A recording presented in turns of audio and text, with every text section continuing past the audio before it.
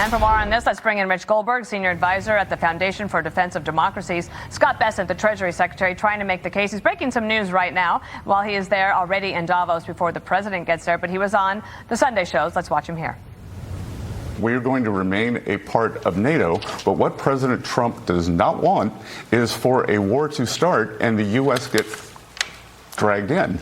Again, we are not going to outsource our Western Hemisphere security to others.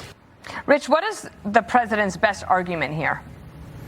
Well, the best argument is the facts, and that is that China and Russia have game-changing designs on the Arctic. Ground zero for those designs is Greenland. That will impact U.S. national security in a transformative way, also our economic security. But it's not only an American interest, it's a NATO interest. You know, there's been a lot going on with the thawing of ice up there in Greenland that has opened new navigational routes for the military, for commercial routes. That is something both Russia and China want to exploit at our expense.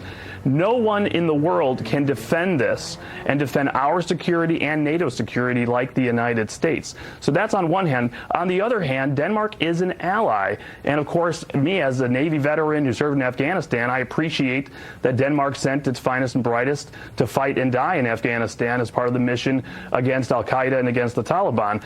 So we have to weigh those two. I'm hoping that cooler minds can prevail. The president is starting a negotiation here. He has the right interest at stake. He's doing this for all the right reasons, and hopefully somebody in NATO can step forward, get a briefing, and understand why this is necessary and how to bring the parties together. All right, Rich, let's go to another part of the world. President Trump is calling on Iran to have new leadership. He wrote this over the weekend. It's time to look for new leadership in Iran in order to keep the country functioning, even though that function is at very low level. The leadership should focus on running his country properly, like I do with the U.S., and not killing people by the thousands in order to keep control.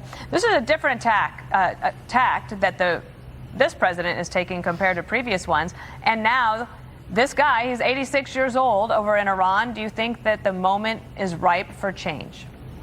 What a 180-degree shift from Barack Obama, who sent love letters to the Ayatollah while people were in the streets trying to bring down the regime and abandon them in favor of a nuclear deal. Now Donald Trump, seeing what has happened on the streets, millions coming out, a slaughter in the streets, mass executions, I think, happening right now in secret to try to avoid triggering the president's red line again. That red line has been obliterated. The president knows that.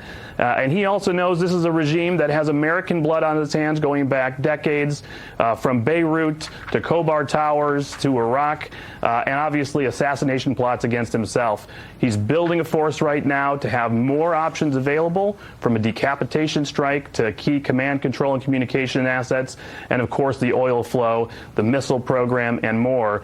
He knows, I think, what the right decision is. He's articulating it. That's emboldening millions of people in Iran who will be ready to come back out into the streets if he keeps his promise.